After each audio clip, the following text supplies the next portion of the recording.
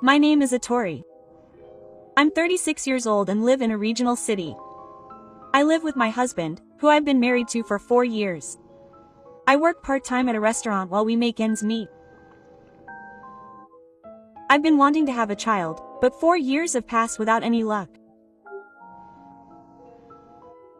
I met my husband through an acquaintance while I was working at a company. It was a perfect match. We got together at a drinking party and went to a second place, where my husband asked me to do more that same day and we started dating. At the time, I had just been dumped by my ex-boyfriend after he had cheated on me. I was still hurt, but I was drawn to my husband's kindness and the way he made me laugh with little things, and I fell for him. Maybe I was feeling anxious or lonely because of my age. Thinking back, I'm not very good at asserting myself, and since I was little, I've never complained about the people around me and have always done what they said.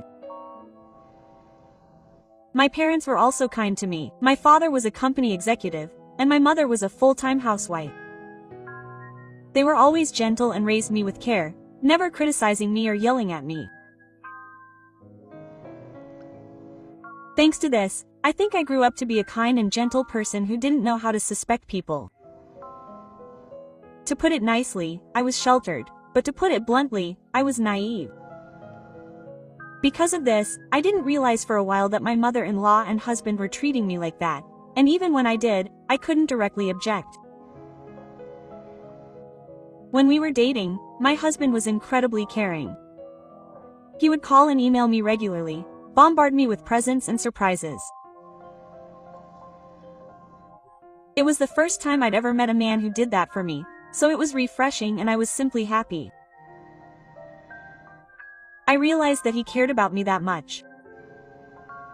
So when he proposed to me after only 6 months of dating, I was a little taken aback by how quickly he did it, but I took it in stride. I thought I could be happy with this man for the rest of my life. I also wanted to reassure my elderly father. After my mother died of illness when I was in high school, he raised me alone as a single parent while he was busy with work. My rebellious phase had certainly ended, but living with my father, who was a man of the opposite sex, was quite difficult. There were many times when I wished I had a mother who I could easily talk to about things like school and job hunting. There are many things that only women can understand. I'm sure I felt lonely at that age. Even so, my father always put me first and was kind and supportive. Even after I got a job, my father and I worked together to take care of the house while struggling with the unfamiliar work. That's why I felt bad about leaving my father, who was about to reach adulthood when I got married and left home. I felt it was very selfish to leave my father, who had gone through so much trouble, all alone. But my father told me that I was the one he had chosen and that I should cherish him, and sent me off. I had to make sure that I was happy, both for my father and for my mother in heaven. That was my determination when I got married. Our new home was in a small house, about 10 minutes drive from my husband's parents' house, at my husband's request. It was about an hour and a half's drive from my parents' house, but I didn't think it was that far, and I thought it was somewhat inevitable that I would accommodate my husband's wishes.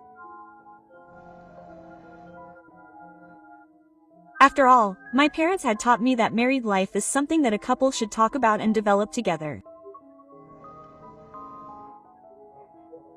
So I thought I would respect my husband's opinions, and I thought that he would value my feelings. But it seems that I was the only one who thought that. My husband, who had always tried so hard to make me happy, completely changed his attitude after we got married. No, maybe he's truer since we got married. It was during our first open holiday since we got married that I felt something was wrong. I was secretly looking forward to the restrictions on going to my parents' house so I could see my father's face for the first time in a while. But my husband had already made plans. Oban is my parents' house. Isn't it obvious that I'd prioritize my husband's house? I couldn't believe my ears that my husband had decided to go back to his parents' house without consulting me. My mother is looking forward to seeing us. My father must be looking forward to seeing me too. But I couldn't say anything back. I told my father that I couldn't go back for Oban, feeling sorry for him. It's okay. We've been married for a long time. Sometimes you have to accommodate your partner. I was overflowing with gratitude for my father telling me that. When I thought about our future lives, it wouldn't just be about our own convenience, but also about each other's homes. We couldn't just do whatever we wanted. That's what I told myself. As soon as we arrived at my husband's parents' house, I was ordered to go shopping. Sorry, but could you go to Matsushimiyama and buy some eel for everyone? Matsushimaya is a department store located 30 minutes by car from my husband's family home. I started the car while my husband, who was happy to see his relatives again after a long time, was surprised to see me shopping without even taking a break. I headed to Matsushimaya alone with the money my mother-in-law had entrusted to me. I went inside the store, ordered at the eel restaurant my mother had told me about, and paid the bill. I was surprised. The total amount for the number of people my mother-in-law had specified was nowhere near enough with the money I had been entrusted with. I thought maybe I hadn't checked properly, but I had no choice but to use my own wallet to pay. When I returned after buying the eel, a party for a group of children had already started. My mother-in-law said, "You're late," and snatched the bag containing the eel without saying a word. I didn't say anything about the money. My mother-in-law, who seemed busy, made me ask for it, so I sat down in a small corner. My husband was still having fun with his relatives and didn't pay any attention to me. I was left with nothing to do until the meal was ready. My mother-in-law brought my uncle's eel, saying, "The eel is ready." I was surprised when I saw the one that was served to me. My uncle's eel was very small and clearly discriminatory. I made this clear to my husband with my eyes, but he and my mother-in-law acted as if nothing had happened. I never imagined that I would be treated like this for the eel that I had been sent to buy without even taking a break. And I had even paid for the remaining amount. I sat at the edge of the table eating the small pieces of eel, feeling miserable. As a matter of course, the money I had paid was ignored. When I complained to my husband later, he said, "That's enough. Don't be so stingy." Quote. He ignored me. Why do I have to be called stingy? Or is my sense of things wrong? This kind of treatment continued over and over again. It was normal for me to go shopping when I went to my parents' house. Gradually, my mother-in-law stopped even taking out her wallet. It was clear that she thought it was natural for me to pay. Of course, she never paid for the gas when I left for the car. I would get this feeling of unease, even if it only happened about twice a month. When I complained to my husband, he would just brush it off or give me vague answers. Ever since we got married, for some reason, he seemed to be happy that I, the eldest son, was relied on at home. A wife who works overseas is an option that brings out the best in me, the reliable eldest son. Do you think that option automatically comes for free when you get married?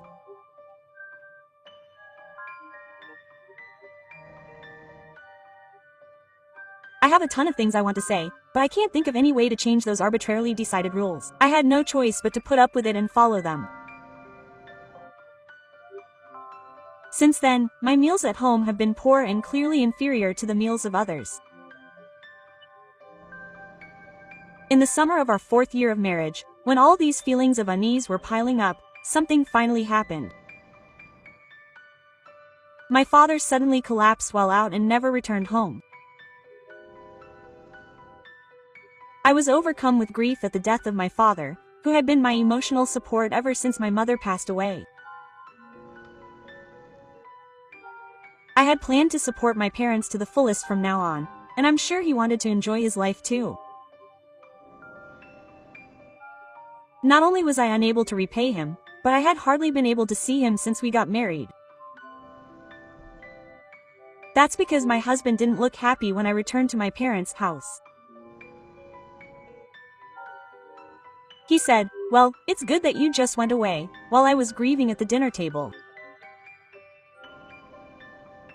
This was no joke. I gasped at his incredibly heartless words. Perhaps he realized that I was in big trouble because I was so shocked and speechless. My husband just disappeared. My mother-in-law, who must have heard his words, didn't know either. The only one who supported me was my aunt, my deceased father's younger sister. My father, who was a company executive, inherited all of his estate. My father, who was living in reality, left me 60 million yen in personal wealth. It was proof of my father's life. It was the result of my mother's hard work supporting my father for many years. It was the culmination of both my father and mother's efforts. I shouldn't get carried away by the large sum of money, but should save it for when I really need it. When that time comes, I should be grateful to use it. That's what I vowed to myself. How much did you inherit from your father? My husband asked me out of the blue one day. It was so sudden and without any pretense that I couldn't help but answer honestly. 60 million yen? I'm seriously lucky. Lucky? This guy said lucky. I couldn't believe my ears. My husband was excited, not knowing how I felt. Let's use that money to build a fake house. That should be more than enough. A fake house? I never heard anything about living together. Besides, this is the money my father left me. Isn't it strange to use this money to build a house to live in with my mother and the others? I tried my best to stop him. But my husband said it wasn't strange at all. I'm the best. You want to be my parents. You don't have any parents anymore. From now on, think of my parents as your real parents and go to high school. It'll be tough if you suddenly have to live with them if you need care. You'd better get used to it now. I was gradually getting carried away and couldn't understand what my husband was saying. I couldn't believe he was planning to use my father's inheritance in this way. But considering all the things I've done since we got married, it was a perfect idea for a mourning grave for me, the eldest son who has devoted himself to his family. Anyway, Mom, look forward to it. Don't say things that would take away the fun of my parents who are older than me. For some reason, the conversation ended with me being made to look like I was in the wrong. I had to stop the plan no matter what. The money my father left me wasn't meant for that family. I had to stop it no matter what, and I would talk to them over and over again until they understood. That's what I thought. But from that day on, my husband started coming home late, and even on holidays he would go somewhere in the morning and not come back until late at night. This went on for about a month, and then one day my husband suddenly told me that he had signed a contract to build a new house. What's going on all of a sudden? That's why we signed a contract for a house where the whole family would live. A family is a house for me and you. No, it's a family house where you live with your parents who moved away before. Then I didn't object. You decided without consulting me, didn't you? You decided on your own. You're the one who objected, aren't you? He said snarlingly. It's impossible to suddenly tell me to live in Tokyo. All the unreasonable things I've done to my daughter-in-law in the past flashed through my mind. And even if you signed a contract, what happened to the money? My husband suddenly fell silent, and I had a bad feeling. In a panic, I hurried to the shelf in my bedroom to check the bank book for my savings account. The valuable 60 million yen had suddenly decreased, leaving only 2 million yen in the balance. What's going on here? Did you really use this money? My husband seemed embarrassed at first, but he quickly changed his mind.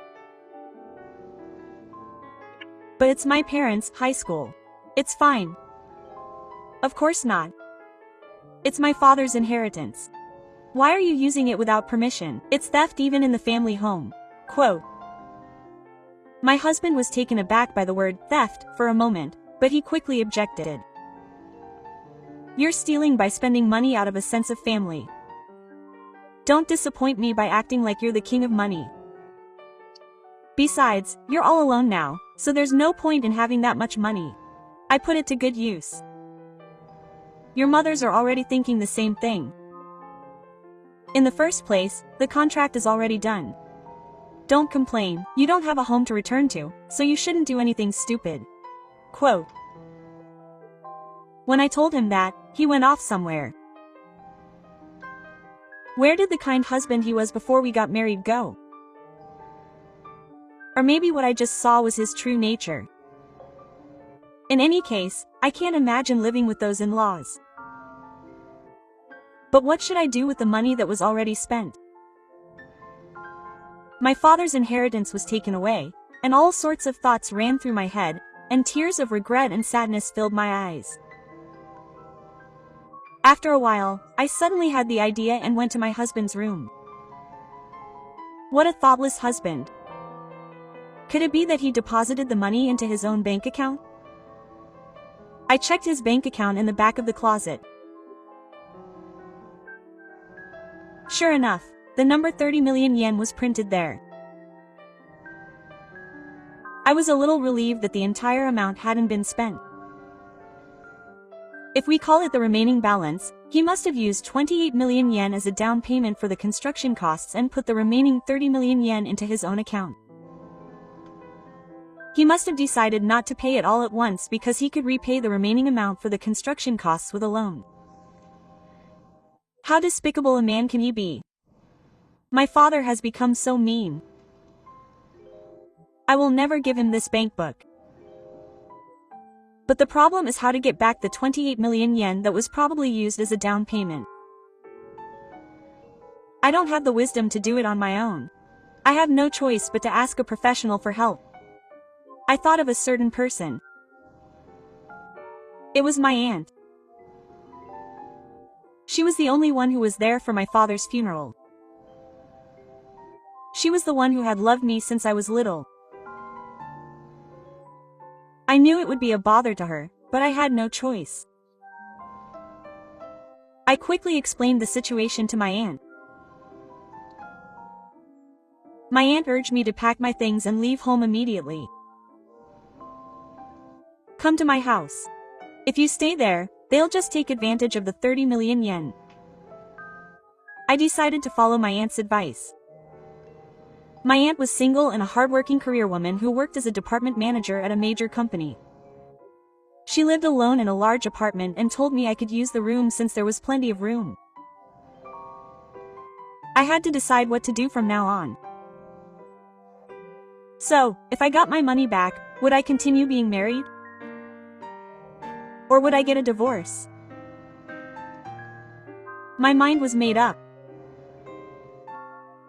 A lot had happened in the past 4 years, but I had tried my best to come to terms with my feelings because we were married. No matter how much my in-laws took advantage of me, I had endured it because I loved my husband. We are human beings, so we are both immature. I thought we should forgive each other for that and live our lives. But there is not even a hint of love left for my husband. In the end, it was he who severed the thread. I will introduce you to a lawyer I know. People like that are tough on people who are in a weaker position than them, but they are weak against those in power. The lawyer I was introduced to first told me that unfortunately, theft of marital property is not a crime. That's the law. Their stance is that couples should resolve their own issues. To me, it seems strange that he could take such a large sum of money without permission and spend it without being charged. I was disappointed. But the lawyer continued, "Fortunately, your father-in-law is the owner of the contract for the house. This can be charged. Let's sue him and get the full amount back." Quote. In other words, this is what happened. My husband's father, despite being close to retirement, tried to build a house in his own name.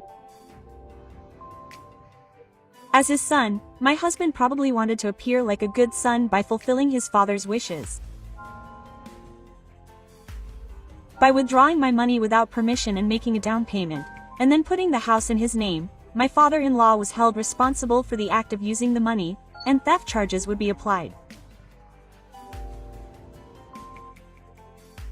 Thanks to these two twisted people, my money will be treated as stolen.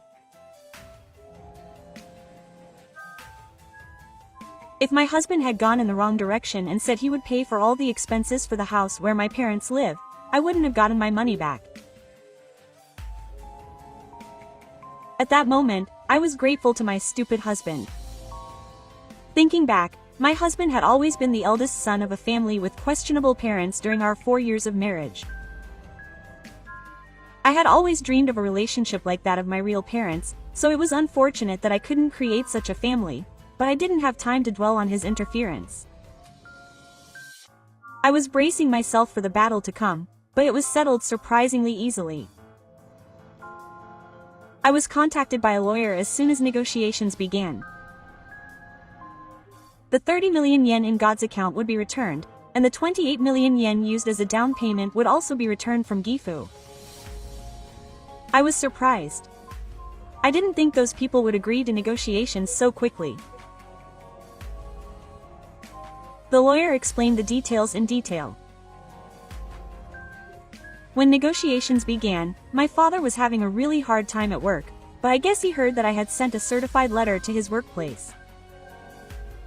As I thought, he was a very obvious person, and it seems he didn't want the company to know that he was having some kind of financial trouble. It seems his boss later confirmed the facts, so if it became known that he was suspected of theft so close to retirement, he could have been disciplined. I see. He wanted to protect his position at work.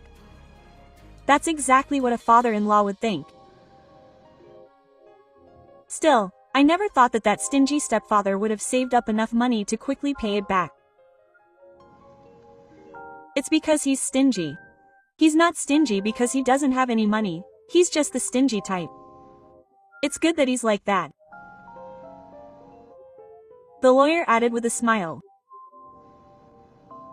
After that, I went ahead with the divorce procedures, and a month later, I was officially a stranger to that troublesome family.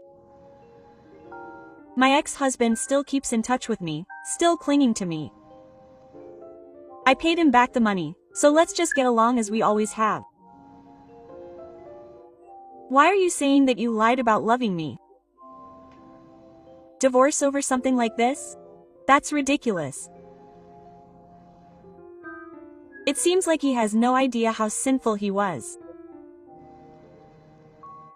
Don't think you can live without me. Whatever people say, I don't care. I got all my father's inheritance back, and my aunt arranged a job for me. I don't have to worry about anyone, and I don't have to serve anyone on my days off, so I live a very comfortable life on my own. I'm 100 times happier than before. As for the Misato family, the fake house was completed as is, but apparently they have another loan and are having a fierce argument with their son's ex-husband. I wish my caring son would use some magic and pay it off all at once. Well, I guess my success has come to an end. I think it's fine if they argue and suffer. And I will live a rich and happy life. I am grateful to my father and mother in heaven for leaving me an inheritance.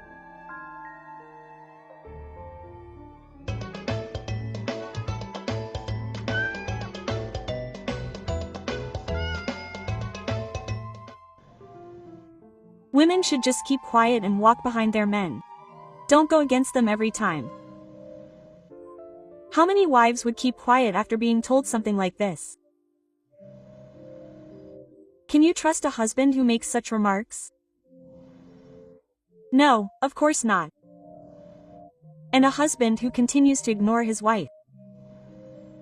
This is no good, I'll just give up.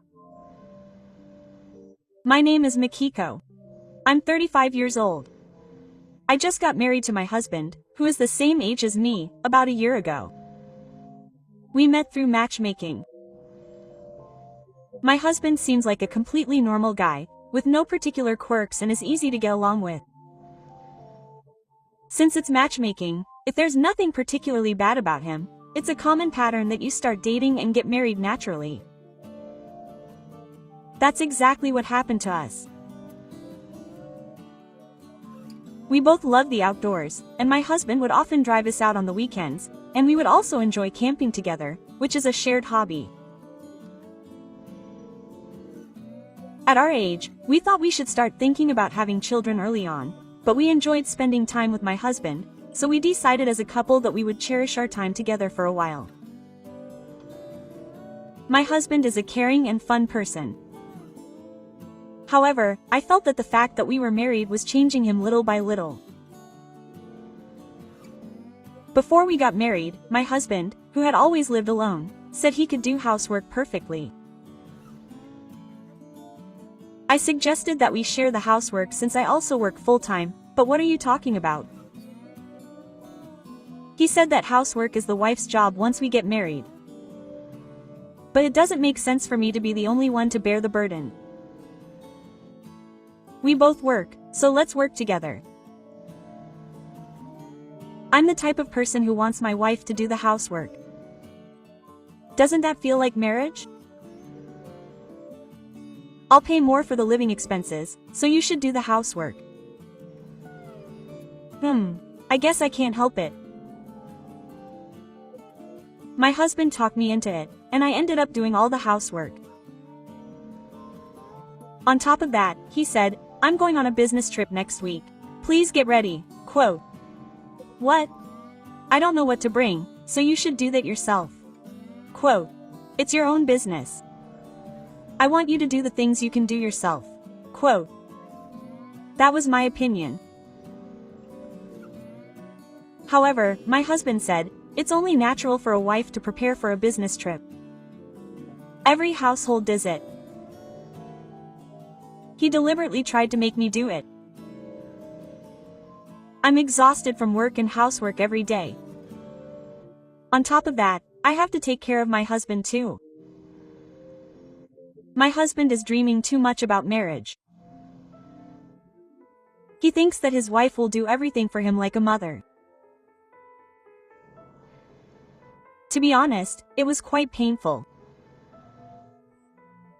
I didn't get married to take care of such a big adult. In that case, I had no choice but to play my trump card. I told him that if I had to do all this housework, I wouldn't be able to do it physically and would have to quit my job. My husband simply replied, then quit. I fumed, thinking that we would have to buy a house soon and have children soon. So don't you understand that it would be difficult to return to work once you quit?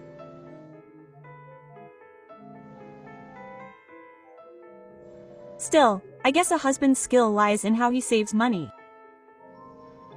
I'm tired. Let me take off your socks. He wouldn't give in to making me take care of him like this. Even though he was like this, I still liked him. On the weekends, he would take me wherever I wanted to go and make the most of it. I felt that it was thanks to him that I could think that marriage was fun. But that happiness quickly crumbled. It was really just a trivial argument. It happened when my husband and I went for a drive as usual. We were taking a break at the Gatara service area when a shiny new car pulled up next to ours. It was the latest model that had been featured in commercials recently, and I thought the design was cool. I couldn't help but notice it, so I called out to my husband. "Hey, does that car have better fuel efficiency than ours?" "Well, aren't they all pretty much the same these days?" "Yeah, it is." We were having a very normal conversation like that. My husband is quite a car enthusiast, so I thought he would be interested in the topic, but I was a little worried that he didn't. I was somehow curious about the car, so I searched it up on my smartphone and found out that it has some of the best fuel efficiency among the latest models. But it's also one of the most expensive. I can't buy it at that price. I meant to say that as a joke.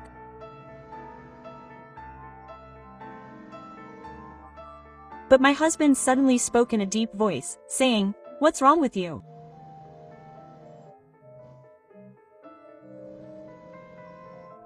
"What did you mean by that? Are you trying to say that my salary is low?" "Why are you saying that? It's just an expensive car. Quote, that's all there is to it.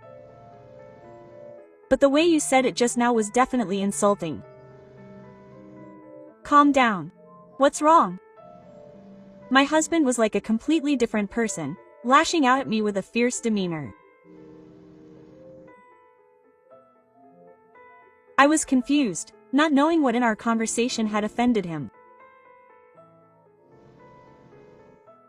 "I told you that that car was better than this one. Isn't that an insult to your husband?" "I never said that." But my husband continued to complain to me in an irritated tone. After arguing for a while, he said, stammering, "You're a woman, but you're so cheeky.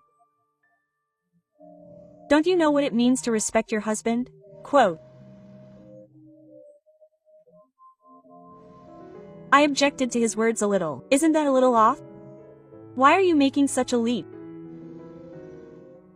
If you feel uncomfortable, just apologize honestly." "Why can't you do that? Why do you have to apologize when you didn't do anything wrong? That's just ridiculous." My husband didn't seem to like even my objection. "Shut up. Women should just walk quietly behind their men." He made me sit next to him, telling me not to disobey him. I was taken aback by his flat attitude, as if to say, "Do whatever you say," but I was too tired to talk to him and said nothing more. What should have been a fun weekend was turning into a terrible mood. In the end, he just went home and disappeared from the house. I was relieved that my husband had opened the door for me. He must have just been in a bad mood. If he could just cool his head a little, he would go back to being his usual calm self. That's what I thought, but from the next day on, my husband started blatantly ignoring me. He would leave the house without saying good morning or goodbye, and when he came home, he wouldn't say, "I'm home," and would just go to bed without saying good night. There was no conversation, and he wouldn't even make eye contact. He acted as if I had become a ghost. And the thing that pissed me off the most was mealtime. I always made an effort to provide my husband with a warm meal, so I would prepare it properly as usual. But when it came time to eat, he would just sit in the living room and start playing with his smartphone. And when I start to set the table with rice and porridge, he eats silently without saying, "Itadakimasu, let's eat." And then, after he's finished eating, he quickly goes back to his room without saying, "Thank you for the meal." Of course, the dishes he's used are still there. What? He's not saying, "Itadakimasu," or, "Thank you for the meal." He doesn't respond. Even when I ask him how the meal tasted today, if we continue living like this, my love for my husband is gradually fading. At first, I thought he was just being stubborn and couldn't apologize, but it's been a month since we got married. He's being so childish. I wonder who my husband realizes is behind the times in our daily lives. Who irons the shirts he wears to work every day? Who prepares the meals? Who does the laundry? Who cleans the house? I do all of this while working, so why do I have to accept this treatment? Of course, I protested to him directly about this. But all I got in return was silence. While I was posting, the worst incident happened. My husband stopped coming home at dinner time. Every day after work I rush home to prepare meals for my husband, but he just eats out and comes home without telling me. Even I was annoyed by this. If you don't want the meal, just tell me. It's going to waste all the effort I put into making it. My husband acted as if he hadn't heard me. I was pissed. I was fed up with this kind of life. I made a decision and started preparing right away. That weekend, I returned to my parents' house for the first time in a while. My father had already destroyed the house, and now my mother lives there alone. "What's wrong with you? Why did you come all of a sudden?" My mother was very surprised when I showed up without any notice. "Mom, can you stay at my house for a while?" "That's fine, but is something wrong?" You can probably imagine why a married daughter would come back to her parents' house. My mother looked at me worriedly. Actually, I told her about my interactions with my husband and what I wanted to do in the future. I'm thinking of getting a divorce. I can't live with him anymore. After hearing all of this, my mother sighed. That's terrible. If that's what you've decided, then it's probably the best choice. I'll always be on your side. My mother's words brought tears to my eyes. Thank you, Mom. Why are you crying? You're an idiot. Being ignored by my husband for the past few months has been really tough and painful. That's why my mother's kindness has hit me even harder. I decided to rely on my mother as much as I could. I decided to take refuge at my parents' house for a while with only the bare necessities and valuables, but that night I got a call from my husband. Where are you right now? What time do you think it is? Where? My parents' house. My parents' house? What are you thinking? Do I still need your permission to go back to my parents' house? You're still as cheeky as ever. My husband spoke in a snarky tone. You have the day off tomorrow, right? Are you staying home? So what? I want to talk to you about something, so can you stay home? When I said that, my husband seemed to get annoyed and fell silent. Then I think I can be there by 10 o'clock tomorrow. Hey, wait a minute. What are you talking about? I hung up the phone without answering. My husband had been ignoring me for so long, but his attitude suddenly changed. He must have guessed what I was thinking. But it was too late. There wasn't a single millimeter of love left in me. The next day, I returned home on time. My husband was sitting there, looking serious. I handed him a piece of hair. Huh? I can't see it. I sighed and stabbed my finger. Divorce papers. Can't you read these words? Huh? Divorce? What are you talking about? My husband looked clearly flustered. I was surprised that he thought I wasn't thinking about divorce in that situation. Are you kidding me? Do you think I'd say something like that as a joke? My signature is already on it. Huh? What's wrong with you all of a sudden? Why are you so flustered? You don't like me, do you? I'll give you a divorce, so hurry up and write it. I don't like you? I never said that. Then why were you ignoring me? As if I didn't exist. Is that why you're talking about divorce? My husband looked at me and gave a tense smile, as if to show restraint. What have you been thinking all this time? Did you feel good ignoring me every day? Did you think I wouldn't feel anything from that attitude? Isn't this just an extension of the marital depreciation? Divorce is ridiculous. My husband says this, but he still plans to arrange a date. He must be really anxious. He should be even more anxious because I'm suffering mentally. Yes. Then how about we compile everything you've done up until now as evidence and take you to court? Let me tell you, what you've done is a clear violation of the law that denies my character. My husband's actions are more than enough evidence of the breakdown of our marriage. Even if it does go to court, my lawyer has given me permission to live with him, saying that I have a good chance of winning. Wait a minute. No, that's not it. It's a misunderstanding. What's the difference? Don't say such mean things now. He must have realized that my resolve is firm. My husband clings to me in a tearful voice. I just wanted you to respect me more as a wife. That's only natural for a wife. You're a strong-willed woman who can do anything on your own. That's why I wanted you to apologize when we fought.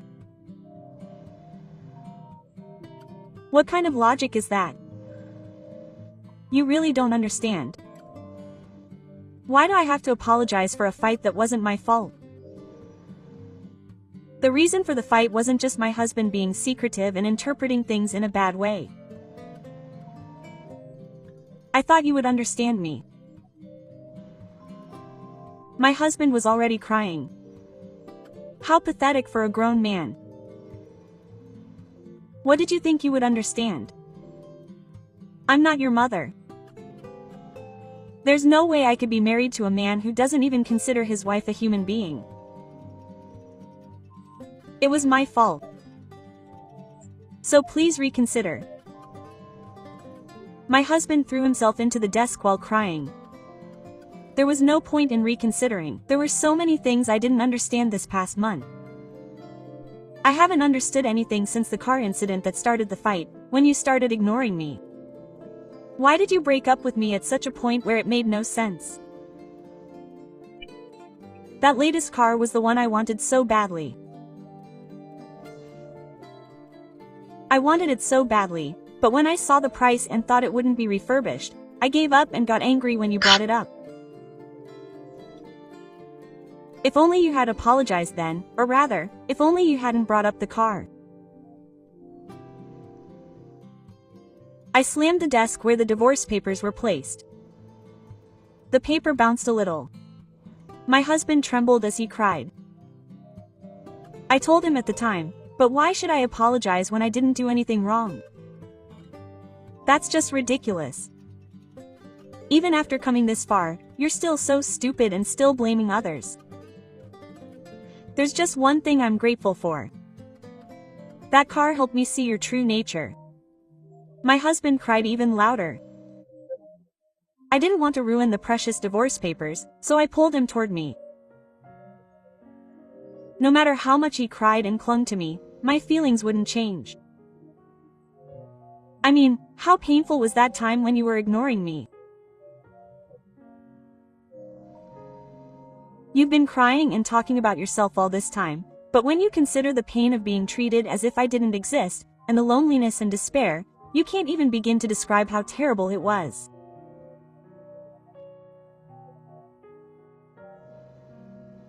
In fact, during the time you were ignoring me, I became so disillusioned that I had to go to a general practitioner and get a prescription for sleeping pills. You've pushed me to that point, so please reconsider. Don't make me laugh. Without knowing anything about this, my husband continued to trample on me just for his own sake. Even when he told me to forgive him, I absolutely could not. So we got a lawyer involved and got a divorce. My husband wouldn't back down, so I had no choice but to get a lawyer. My husband said it was strange that the marriage had deteriorated to the point of divorce. He said he couldn't accept it, but my lawyer explained it clearly. What my husband did constitutes a serious reason to continue the marriage. In other words, it is a legitimate reason to get a divorce, just like when he commits an unconventional act. When my husband heard this, he thought it was a lie. He was surprised, saying it was impossible, but that's how the law works. Furthermore, since I was a medical doctor, I also claimed compensation for mental anguish. It was clear that my husband was the cause, and my mental anguish improved rapidly after I started living apart from him. Rumors spread at work that he was arguing with his wife about getting a divorce, and he started to be looked at coldly. If you hear that he has been causing his wife mental anguish and that he has hired a lawyer, it's obvious to anyone who sees it that my husband is the one who is wrong. I know this because my husband often sends me long emails. Along with updates on his life, he sends them as a reconciliation fairy. When you were gone, I realized how important you were to me. How much I loved you, and how you were my sunshine. You're so shy that I can't help but laugh. As for me, after the divorce, I returned to my parents' house to live with my mother. My mother thought I was inconvenient, but she seemed to be enjoying living with her daughter for the first time in a while. Do you think you'll get a boyfriend? It's only been 6 months since we got divorced. What are you talking about? You're still young, so you can get remarried. What's wrong with you, Mom? My mother's sudden comment made me think, could it be? Mom, you got a boyfriend? You're right. We've been dating for 6 months now. He's asking me to marry him. I never imagined that my mother would get married for the second time before me. That's right. A second life awaits me too. I'm sure I'll have many more encounters in the future. So let's keep moving forward. That's what I thought.